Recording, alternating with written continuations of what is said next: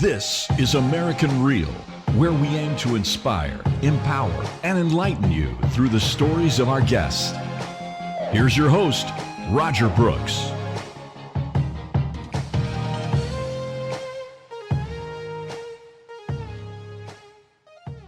This is American Real. I am Roger Brooks. My guest today is Steve Wohlenhaus.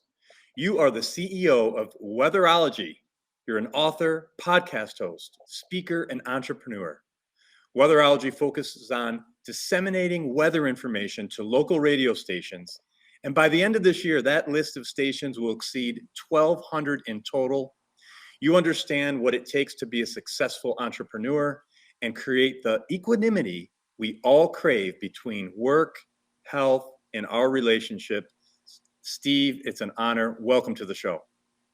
Likewise, Roger. Thanks for having me. How you doing?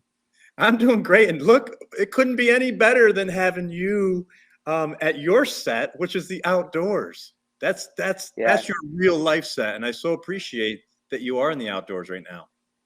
Yeah, no, this is my backyard. It's never ending. So just the way I like it. So social distancing has never been a problem. That's for sure. And Steve, give us a little frame of reference because you're constantly outdoors doing video posts, which are so instrumental and uplifting and thought-provoking for sure. Do you typically just go out in your backyard? Is that where you are? Where do you do most of those posts? Well, I travel a lot. Of course, this past year was the exception, but resuming that this year as we speak. So, I take people on my adventures with me if I'm at some location and I feel inspired. I do some videos. Otherwise, most of the work I do here with my creative team is just over those hills and over those tree lines where you'll find wolves and cougars, and you'll find black bears and deer and fox and all sorts of things. And there's a beautiful river that separates Minnesota, Wisconsin, which a lot of the waterfalls and rocky topography. I'm blessed, but it's a critical part of my life, and I'm a big advocate, as you know, Roger, of being outdoors and centering ourselves with a little humility, because that's how I find humility, is being outdoors and experiencing those things on a daily basis and reminding myself how small we are, especially at times like this when it's easy to think we're maybe a little bigger than we are with our strong opinions about everything. Oh, you're so right. And Steve, if you don't mind, can you take us back to when you were a youngster? When did all this start with the outdoors, with the weather? I'm just trying to track, connect the dots backwards, if you will. Bring us back to those younger years when you were growing up. What was it like? What were some of your inspirations to get you to become a meteorologist? And then, of course, today, running your own business as an entrepreneur. And it's all about the outdoors. No, it is. I grew up in a small rural town not too far from here. And my best friend, who is now a doctor of agronomy, PhD in agronomy, I grew up working on his family farm, a massive dairy farm. And we would spend time picking rocks, combining corn, cultivating fields, taking care of livestock. So I developed this appreciation for the outdoors, for animals, and for the hard work that farmers in this country know all too well, and developed a deep respect for that lifestyle. And that was instrumental in developing a work ethic, not to mention my remarkable parents, both my mom and my dad. And I was blessed to have great parents, very entrepreneurial. They owned radio stations growing up. So it was a combination of all those things. And then, of course, being in the radio business at a very early age and being able to be on the air. My first radio show was when I was 15 years old. And as part of my responsibility, of course, we'd have to cover tornadoes and inclement weather, which up here it's the Super Bowl of weather, Roger. We've got life-threatening winter situations and dangerous summer conditions as well. So I developed a passion for those things, and it just so happened that the number one TV meteorologist in the country at the time worked at the NBC affiliate here in town, and I was proactive and reached out, developed a relationship, got an internship in my junior year of college, and he was definitely pivotal in pushing me to the next level as far as going off to get my degree. And he and I started a business together at the ripe age of 20. And we went our separate ways, but each have tremendous respect for each other to this day. So I was blessed with the opportunity, but I created much of that opportunity by being aware and tapping into my surroundings and the opportunities that were given to me, and exploited those to my full potential. And almost 40 years later, I look back on those events and feel very fortunate that I had the opportunity to have an opportunity like that to begin with, and then to have the ability to discipline myself to capitalize on those opportunities and make the most out of it. Wow, that's fascinating. And I could just only, I think about, I was trying to, figure out about how old you were at that time when you started your business. But you said one thing in there that really resonates with me, and that's you had someone that kind of took you under their wing, right? And it sounds like a mentor and a pivotal person in your life. How do we know to look for those signs, especially being a young person? How do you know that, okay, this might be a good opportunity for me? Because if we're not aware and present, sometimes we may miss those opportunities. And look, at your life may have been completely different if you didn't connect with that person. No, you're right. And I think in my particular case, I was always fascinated with the broadcasting industry, grew up in radio. So television was kind of an extension of that curiosity, not to mention my passion for weather. I kind of steered naturally into something that made sense for me, and realized that the educational part of it was critical to get the credentials I needed in the form of the AMS seal to provide me with a greater opportunity to get into the markets, the big markets I wanted to be in as far as TV is concerned. And then from there, I quickly realized that I was more entrepreneurial and wanted to start my own business. And that was a product of my mom and dad, who are also mentors for me as well. But to answer your question, Roger, I think for a lot of people, we have to actively go seek those things. I think far too many people wait around believing that they'll have some random encounter with a person like that, and that will offer some epiphany that translates to this life-changing event. And, I look at everything in my life. If I'm intrigued enough to want to pursue something, I know I've got to put all the things in place to increase the prospects of encountering a person like that, or improving my health, or improving my professional opportunities. And that takes some, premeditated thought and a plan. And so for me, I know that this person who I admired was somebody that for most people seemed untouchable, and, alienated from any opportunity to meet a person like that. So I was creative and clever, and took, the initiative to create an opportunity to meet that person. And the encounter that we had from that first meeting, which was supposed to be a 15-minute meeting, turned out to be a 3-hour meeting. And then that turned into me offering to do some things for him that he needed before he offered me the internship. So, I think, you understand, it's that ambition, it's that drive. At age 20, I wasn't partying, I wasn't doing the typical stuff college kids were doing. I was interning for free, working 40 hours a week, focused on my education. And so as much as I'd like to believe that, good fortune and those things are part of it, I really truly believe it's your desire, to want to be successful, and then you need to go out and make that happen. It's not going to just accidentally fall into your lap. That's just my belief. Totally, Steve. And yes, as you're talking, I'm thinking about how you manifested this, but you manifested it with hard work in mind. You didn't just say, yes, I want to, connect with this person, and then voila, it's going to all happen. You said something else in there that was really important. You worked for free. People today seem to, have this entitlement mentality where, things should just happen for them. But I think today, more than ever, would you agree that it is really crucial to go above and beyond, work for free if you need to, in order to get to the place where you want to go? Well, you and I both know, high profile people, they're very busy. They have very limited time. And so far too often, I think people have this misconception about what those mentorship relationships are supposed to look like, believing it's a one-dimensional, transactional type relationship where this person provides me with some benefit. But my belief was, I need to do something for this person to make them interested enough in me, where they would take their time and recognize that this might be an exceptional person that has a very different and probably healthier perspective on what these relationships are supposed to look like. And as a product of that, I did catch this person's attention, which led to them offering me opportunities that other people probably dismissed. And I think many other people that maybe had been in line for that were unwilling to work for free because they felt it was beneath them or a waste of their time. But I did that for 2 years, Roger, and that was 40 hours a week while I was in college. And the funny part about that story, after 2 years of doing that, I was sitting in Paul's office one day, the phone rang, and the person on the other end said, "Hey, I could hear it plain as day. I'm looking for somebody that can come and be my next main meteorologist. Do you know anybody?" And Paul said, "Yeah, he's sitting right here. And if you don't hire him, I'm going to be really disappointed." And he handed me the phone, and that was my first opportunity. So after 2 years of doing something that most people probably wouldn't be willing to do, the sacrifice paid off instantly. And from that, that opened the door to coming back and working for Paul less than a year later, because I had made such a good impression on him. So it's funny how these things fall into place, and it's not a coincidence.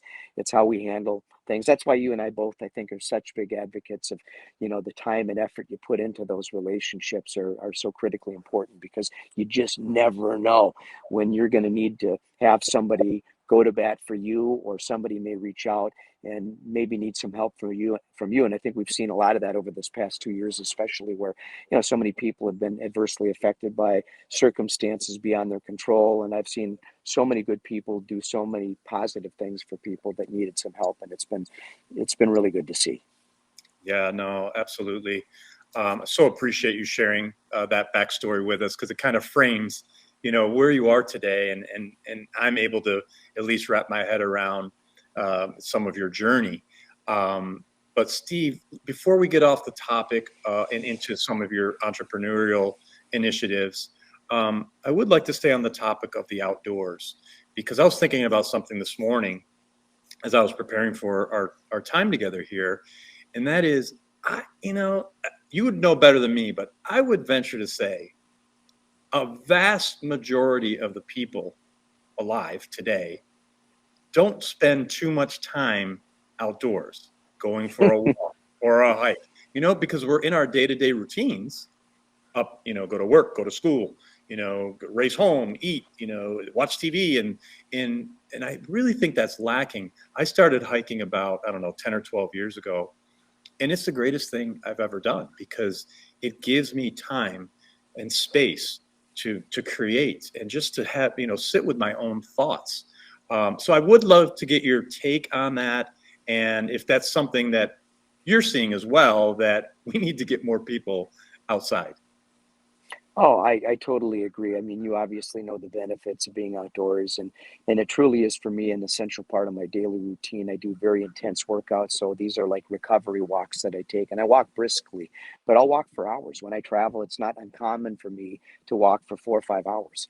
I was just on a trip in Colorado, and I literally would hike 15, 20 miles a day, and it was I just disappear, fall off the grid, discover interesting things, and just like you said, spend considerable amounts of time on my own thinking, and allowing myself to be in a creative place where I'm afforded the luxury of being able to address complicated things before they become a problem. So for our company, for instance, many of the changes that companies this past year were forced to address and modify in response to, we had put in place 10, 12 years ago.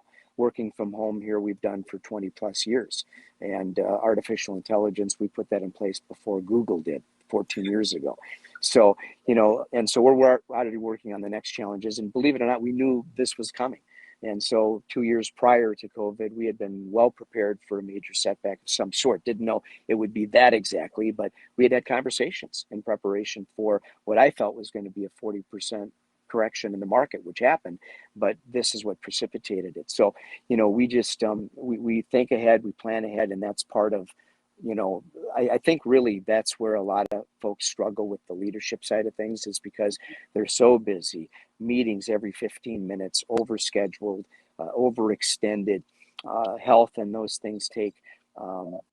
They're not as important as they should be, because it's kind of an afterthought. I'll get to it if I have time. For me, it's like, I'll take the 6 hours today, thank you very much, and spend that focused on doing what I need to do to be a better leader, to be more calm, to be more patient, to do all the things I need to work on. A lot of these things I talk about, Roger, a lot of people reach out, man, you seem to have all this stuff figured out. Hopefully you do after almost 40 years, but I can assure you in my 20s, that wasn't the case. I was a raging entrepreneur and very immersed in success and building a business. And if you got in my way, I'd step on you because I don't have time for this relationship stuff and leadership stuff. Just, you're supposed to do this. So, it's the benefit of learning over a lifetime of, coming full circle. And now I'm proud to say that, we are in a place where we have a leadership team that's remarkable, that does most of the work, and I do very little, which gives me exorbitant amounts of time to focus on the things that allow me to do what I do best and focus on those few things that I do well, No, for sure. And Steve, some of the posts that you do, are they some of them spur of the moment, or are they all kind of planned out ahead of time? No, I mean, I do a lot of the videos I do are spontaneous, but I always have thoughts. My mind's always going. So whenever I go off to shoot a video, I'm always, thinking about what it is I want to say. And so I don't just naturally go do videos and just hope that something inspirational comes to mind. I usually have a specific thought that I want to try to relate. If you don't mind, I just want to play one of your videos that you posted recently. It really resonated with me, and I'd love to get your reaction and then the reaction of your engagement from your audience. So bear with me 1 second here. Life isn't fair. Dwelling on the obvious will get us absolutely no place. Social, economic, genetic disadvantages exist. It's an undeniable fact. Believing the government will be our salvation is a choice that often leads to futile outcomes inconsistent with forward momentum. Our only recourse is to take personal responsibility, to push forward with a little imagination and use the technology, mostly our cell phone that we have at our disposal, to engineer a much more promising future.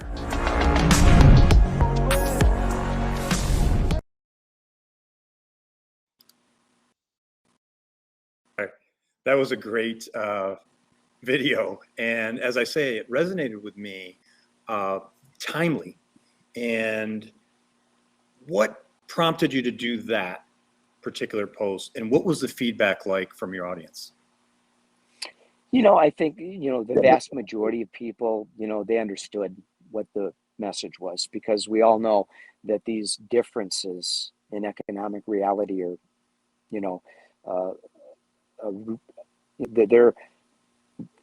it's far too easy, I think, for people that want to provide people with motivation to just presuppose the person they're talking to doesn't have obstacles, because maybe the obstacles they had weren't something that this other person maybe that lives in another country that's dealing with. And I can give you some examples that I think will help relate my point.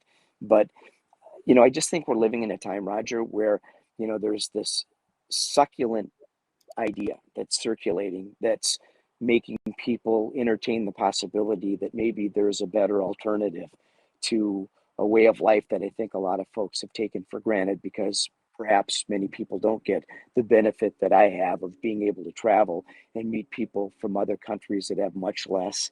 But yet oftentimes their attitude and their disposition, their demeanor is far better than many people I meet here in my own country, because they've learned to appreciate, the challenges they do have, and they've refocused on the things that truly matter most. And I'm always inspired by that, because people with very little seem to have so much mentally and emotionally and spiritually. And so I think it's very difficult for people that have never experienced that to appreciate, what life is like in a place where there's real challenges, there's poverty, there's economic opportunities that are virtually impossible, because you're living in a situation that just, it seems desperate and dire. And so I meet a lot of people. I have people reach out to me from all over the world. I've mentored young African-American men for almost 30 years.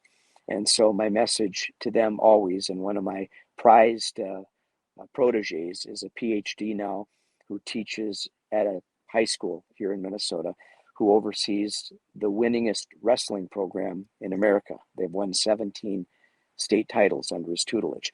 When I met him, He was a young, angry man, 16, who had 5 brothers all killed in gang-related violence in South Chicago. So it's very easy to meet somebody like that. And the message they often hear is, we'll take care of you. We'll help you out. We'll be there to provide the support that you need. And one of the first conversations I have with a person like that, once you penetrate that calloused, external guard that is so rigid, understandably so, you know, some trust is created. And then you get to the point quickly where I say, listen, you have to ditch and abandon believing in that, because nobody is going to help you, unfortunately, beside yourself. But the good news is, once you get on that path, you'll meet a lot of remarkable people that are going to be there to lend you a helping hand, because there's plenty of great people that want to help somebody like you that's eager and very ambitious and driven. And so the door's open. Happy to say he was able to get a free education, and he made the most out of it, straight A student. So, I know these things are possible. I've had a 14-year-old Nigerian young man reach out to me on Instagram 2 years ago. And he said, "Excuse me, sir, don't mean to bother you. Know you're busy, but I have $100 and a friend wants me to invest it in this. What are your thoughts?" And I said, "Never do that. Learn to manage your own money yourself. And I'm going to teach you how to do that with a couple of simple steps. I'm not involved. I'm going to show you where to go, what to do." And he's invested that money, multiplied it now over the past 2 years considerably. And his life is changing. And I said, use your phone, not to mess around on social media, live vicariously through these fat cats that, make this big dream look easy. It's not easy. Your road is going to be brutally tough. But I can put you in touch with some people in your part of the world that I know are doing remarkable things. And at one point in life, we're at where you're at. And now he's been using his phone as a resource. And that was the whole point of that message. We have a computer in our hand today that is incredibly powerful. If you want to use your imagination, you could literally educate yourself, and you can literally meet people like you. You can meet people that you and I both know from LinkedIn. I've made so many remarkable friends on that platform, for instance, I would never have met had I not put myself out there and made myself available. So I know for a fact these little things work. And my whole point is, you can wait around for somebody that's making all these promises, but I have my concerns about that predicated on historical precedents where those promises often end very badly. And so, kind of a warning too, to some extent, I guess, Roger. Joe, no, it certainly is. And man, I can't help to think that out of that and out of those couple of examples you gave, it's something I think about often. And that is really, what is our purpose here on earth? Mm-hmm. What are we here truly for? Obviously, we want to have a good life. We want to support our family, but isn't it really to help others? Isn't that the ultimate duty? For me it is. And I think, again, I'm older, I'm in my 50s now. So, you get to a point where you've been blessed with so much success. I've been blessed. I've been in business for almost 40 years, and it's been a lucrative business, that was profitable since its inception. And I funded it myself with my credit card.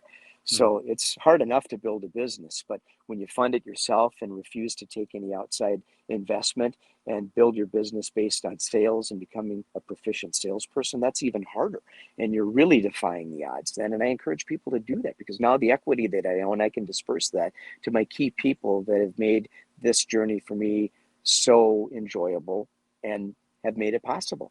And there's no better feeling than handing that equity over to people whose life you just made instantly better, and now who continue to fortify your success, and they pass that good fortune on to other people. I mean, this organization that I'm part of, it's hard for people. We work with some big companies, and anytime they're exposed to my teams, I get phone calls all the time. I can't believe how efficient, how focused, how determined, how motivated, how respectful, how kind and considerate your whole team is. And it's just, that's part of the joy. And then little conversations and people like that I meet, that I've shared with you, that is really part of the journey for me. And that's really what is behind the Anatomy of Success brand at this point in my life. I mean, I could have sailed off in the sunset 4 years ago and sat in the Maldives for 6 months out of the year because I worked hard. I deserve it. And but then my father passed away, and I said, man, life is short. It's really, So I developed this sense of urgency and also this relationship with mortality that I always had, but it was kind of expedited, I guess, this sense of relief, seeing both my parents pass away and my brother, who was my best friend, passed away. I've had a lot of loss, and people have asked me, it's funny, Roger, I've had people reach out to me, your videos are so positive and upbeat, but I want to see more of your vulnerabilities and more of your sadness. And it's like, I'm not the guy for that. Okay. I know there's plenty of people that want to offer you that. I'm not that guy. I've been through lots of stuff. Trust me. You don't get to a place in life where you can speak to these things, intelligently if you haven't had those experiences. But at the same time, I don't feel compelled to dump my trauma on people and ruminate about my past horrors and experiences. It's unnecessary. Just trust that I've been through some rough spells like you have. And what I'm here to do is be that voice of encouragement, uplifting, positive, optimistic message that can help you appreciate that each and every day we have a choice, and that choice is contingent upon getting up and deciding what you want to do.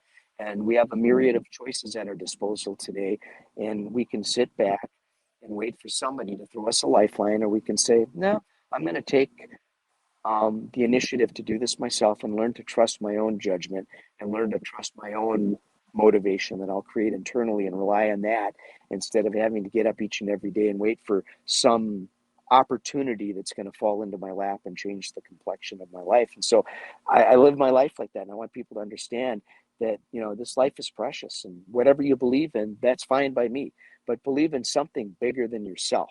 Because when we just believe that we're the primary source of our, intelligence and good fortune, and I think you're seeing a lot of that in our country today. We have a large group of people that really don't have a belief system outside themselves, Roger. And it's sad because I can see it almost instantaneously in a person where they don't have anything inspiring them that makes them look at themselves in the mirror each and every day and say, man, I might be accountable for this stuff someday, my choices that I make. I might have to be on the line for what I've done here. I might have to, look my kids in the eye or my friends and, take inventory for the decisions that I made. And if you believe in something bigger than yourself, to me, that creates some of that humility. And again, this is part of my spiritual um, exercise every day. However you relate to whatever it is you believe in, that's fine. If you go to a church, that's fine. If you worship online or whatever it is. But for me, among other things, this is my um, place where I find that connection each and every day. And through that connection, I discover humility. I really do. I get grounded each and every day because I'm reminded out here that we're just a speck and we're so temporary. We're on this planet for such a short period of time. And this stuff out here has been here for hundreds of years. And some of these formations for thousands and tens of thousands of years on the other side of this bluff. And so it's a great thing. And so that's kind of where I come at it from, and my hope is that people extract from those messages. I'm not, trying to simplify your journey or suggest your obstacles aren't real or the impediments that stand before you aren't insurmountable at times. I know everybody has different challenges. Some of us start at the bottom of the mountain with the rocks wrapped around our neck, and we have to make the ascent though. Some of us start halfway up the mountain. We got to push, but we still have to make it up. And we still have to keep going. So it doesn't really matter where you start, because at the end of the day, it's irrelevant. Because if you want to get there, you still got to go. And it doesn't matter how much of a push you got, how much leverage you had at the beginning. We have to step back and say to ourselves, okay, if I want to make this climb, I can wait around and have a team of people hoist me up or take the helicopter, which always seems appealing. But I can promise you, it's that grind up the hill that gives you the calluses and the experience and the perspective and all the things you need to have so that when you get up there, you can look around and say, wow, this climb was worth it. And I got further to go. And I'm still going to be a humble, decent human being that never takes for granted the good fortune that I have, especially living in a country like this. I'm telling you, Roger, when you travel around the world and you see, and I tell people, before you complain too much and protest too loudly, go spend some time in India, go spend some time in a Caribbean third world country, go spend some time any place where life isn't quite so easy. And then ask yourself, why is it everybody's trying to get here if it's so horrible? Because I can tell you firsthand, it's not. And there's a reason why these people are risking their lives to come here, because they know, they're not stupid, that they have a greater opportunity here to see their dreams materialize. And I still believe in that. And I'm sure you do too. Absolutely. Absolutely. No, and I've had, the fortune of traveling abroad to a lot of places as well. And yeah, I mean, unless you see it, sometimes it's really hard to understand exactly what you have. They say the grass isn't always greener, right? So that statement rings true. But wow, Steve, you said so much there. I really appreciate the way you frame that, to use a reference of the mountain, because we are all on this journey and we're at different places on this life Mhm. journey. Some of us never stumble upon, these types of causes, or I guess, how do I want to frame it?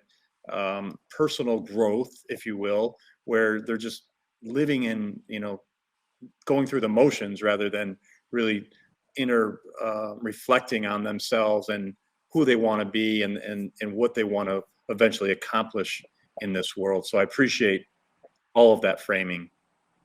Um, but let's jump into Anatomy of Success. I know that's your brand, it's your podcast, it's your book. I mean, it's everything. Where did that come from? I love the name. Can you give us a little bit of reference of how that came to be?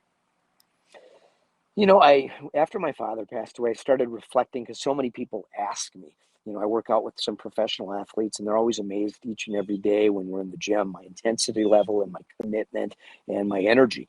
And people have asked me for so many years, where does this motivation, this inspiration come from? And it's hard to articulate.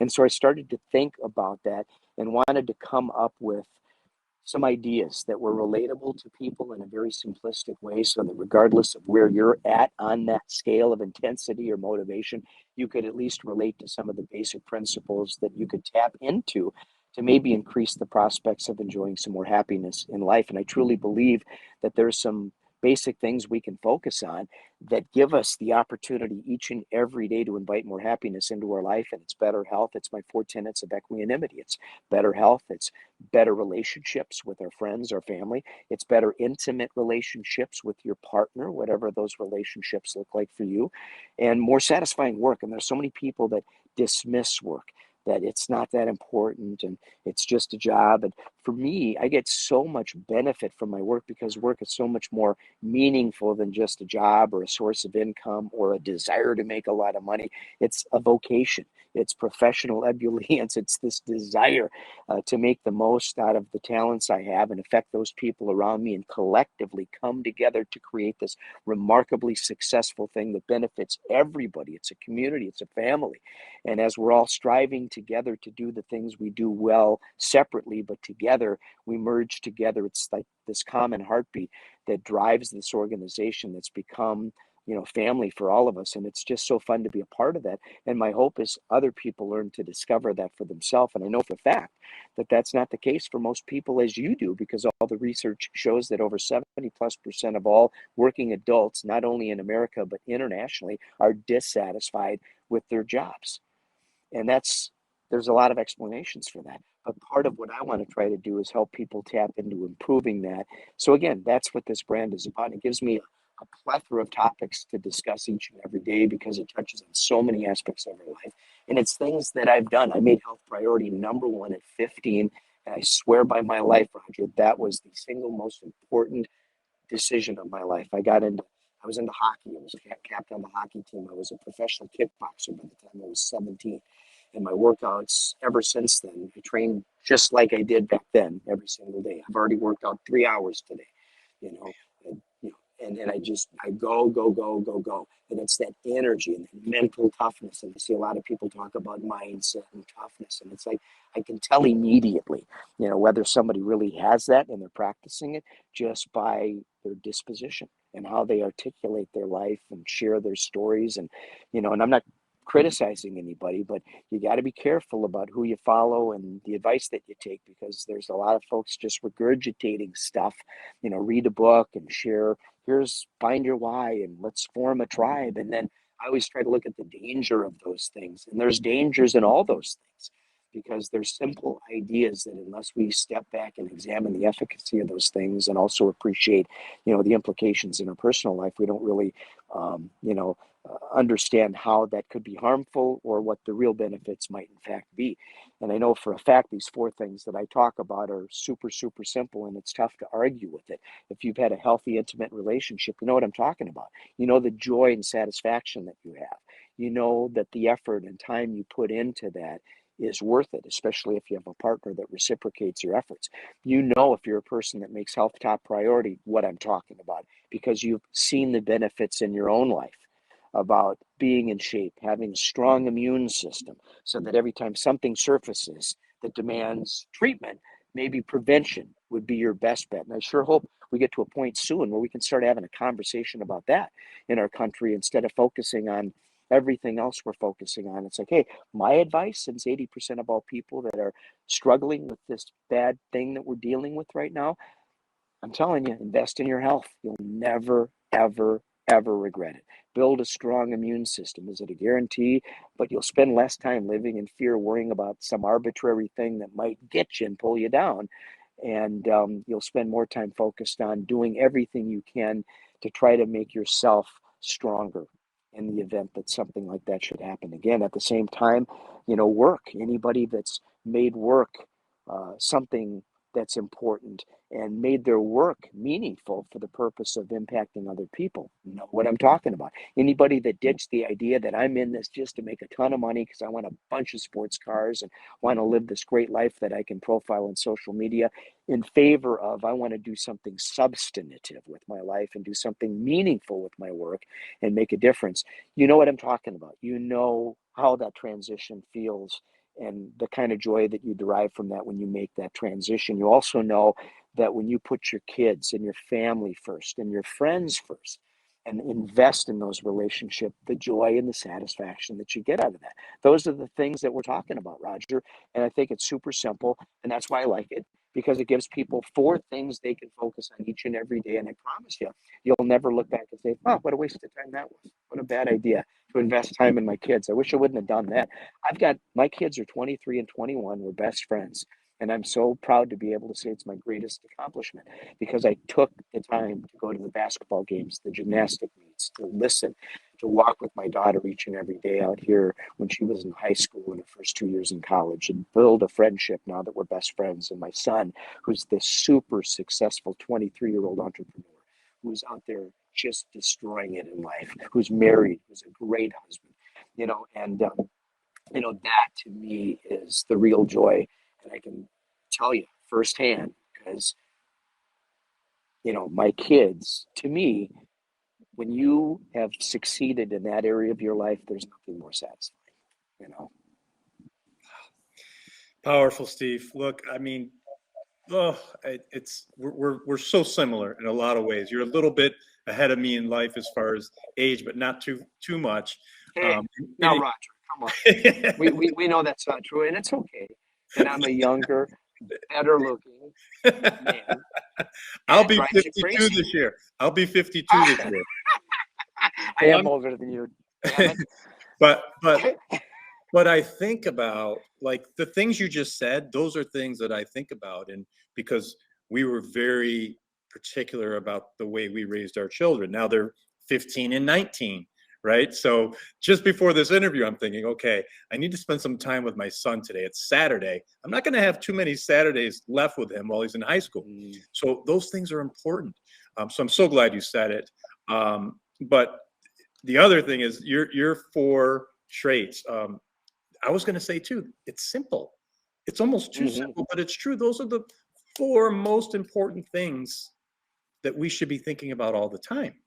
And I love the way you frame it up, because if it's top of mind, those 4 things every single day, and that's your focus, then you have a pretty good chance of really succeeding in those areas versus not thinking of them at all.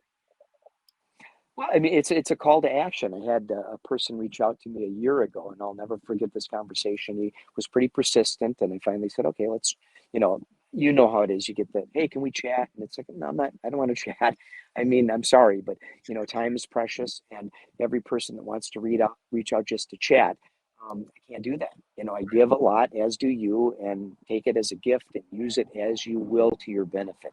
But on top of that, please don't get greedy and ask for a whole lot of extra time complimentary because I just don't have it because where my focus is at. I just spelled it out for you. And those four things take up my time each and every day. And that's my business, my family, my friends, my health. And so this particular individual at least had a very interesting way of approaching me, and they were persistent. And so I acquiesced and talked. But at the end of that quick conversation, it was very apparent they didn't want to make the commitment because the ultimate objective was I want to get here as quickly as possible. I want to get from here to being successful and making a lot of money. And that kept coming up in the conversation. And that's an instant turnoff for me, Roger, Sure. because, you and I both know that's just not how it works. Yeah. Anybody we both know that it is a arduous endeavor that takes every ounce of your energy.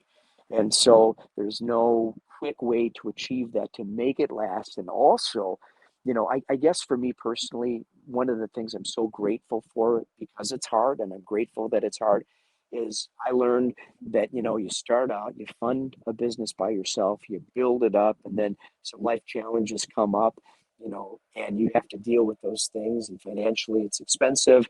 And then you come back and build it up 10 times better and bigger and stronger, even though the whole time it was profitable and you finessed through those tumultuous times just fine.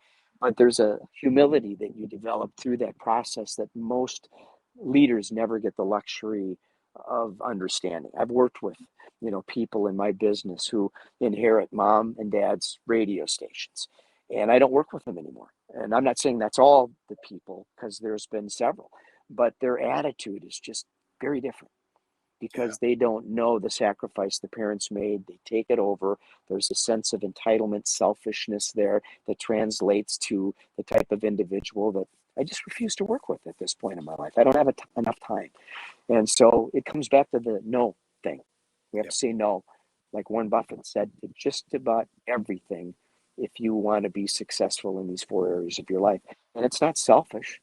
It's not mean-spirited. It's honest. And I think a lot of people just don't understand the honesty in that. When somebody reaches out and says, "Hey, can we chat?" And I say, "No, don't have time. My schedule is fully committed." And they look at you like, "Oh, what a jackass." It's like, okay.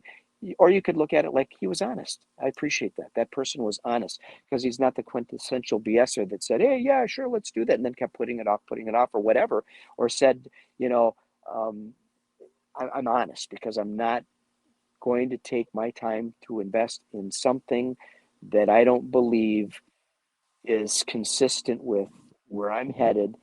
And if I meet somebody that I don't feel is willing to go there along with me and speak the same language, then I'm afraid there's a big enough disconnect there that might constitute me having to put up a boundary and say, I'm not your person. I don't think on this journey that you're on.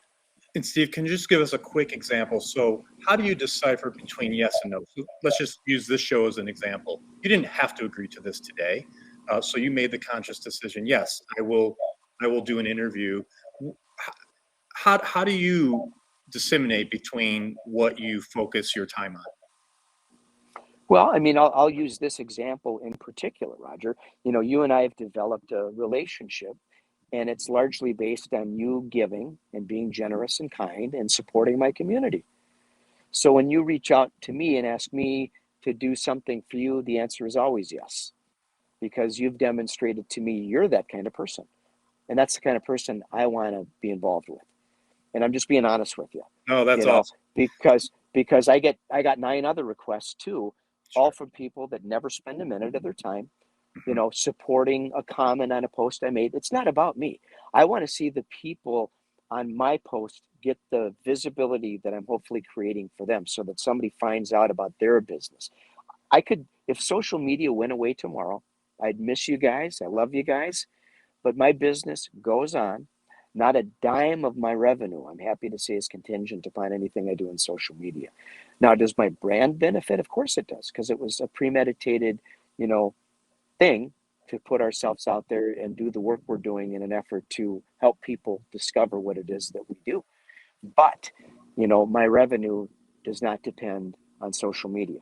So what I'm doing at this point in my life is hoping to find that next generation of people that are eager to jump on board so that maybe they start the next Amazon and actually run it the right way and treat people well, compensate them well, run an organization, some integrity, and be kind to people and cultivate their talent. And I read an article yesterday, which you would appreciate, that talked about how many bosses are pushing back on people's desire to work from home. They want them at the office. And I'm sure you can conclude, like I concluded, what I concluded after I read that, because it smells an awful lot like control. Oh, I yes. need to be in control. I don't trust you, and I don't have any confidence that you're going to do what's in my best interest. Yeah. And I'm sorry, but we don't want to have these difficult conversations because we got big leaders bloviating all the time because they read 50 books a year. And I hear that statistic constantly. I read 60 books a year. The only difference is I apply it each and every day to the people that I work with. That's great. So, Steve, I have a quiz for you right now. So when I comment on your post, what do I always do?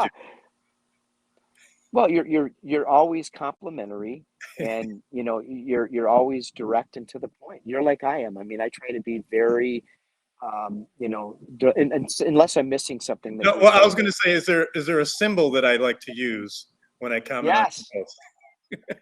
When I think about you, I think about America. That's awesome.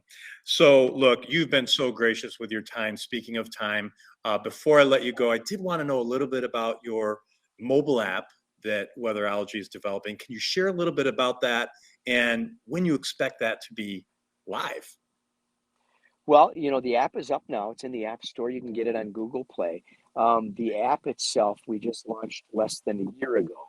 And the audio feature in the app, we're the only weather app in the world that does real-time audio in real time. So it's real meteorologists translating text in real time.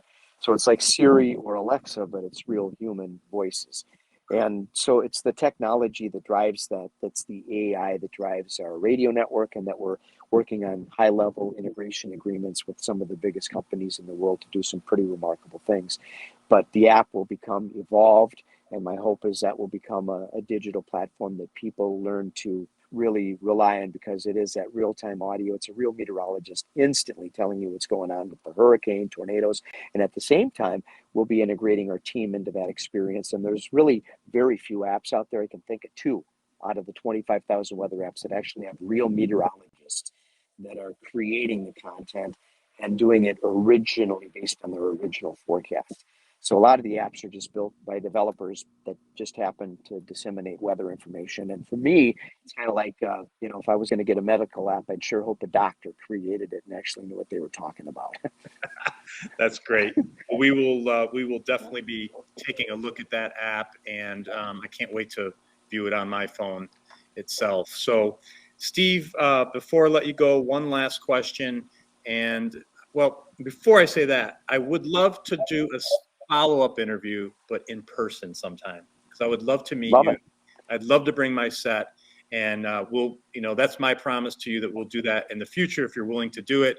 So I'll save some of my other questions for that time. But look, welcome to the American Real family. I so appreciate you coming on today. You dropped a tremendous amount of value, and I cannot wait to share this with our audience. No, I appreciate it, Roger, and I look forward to that interview, and I'm going to hold you to it. You shouldn't have shared that with me unless you mean it. I mean it. You bet. Okay, good. Thanks, Roger. Thanks for tuning into American Real.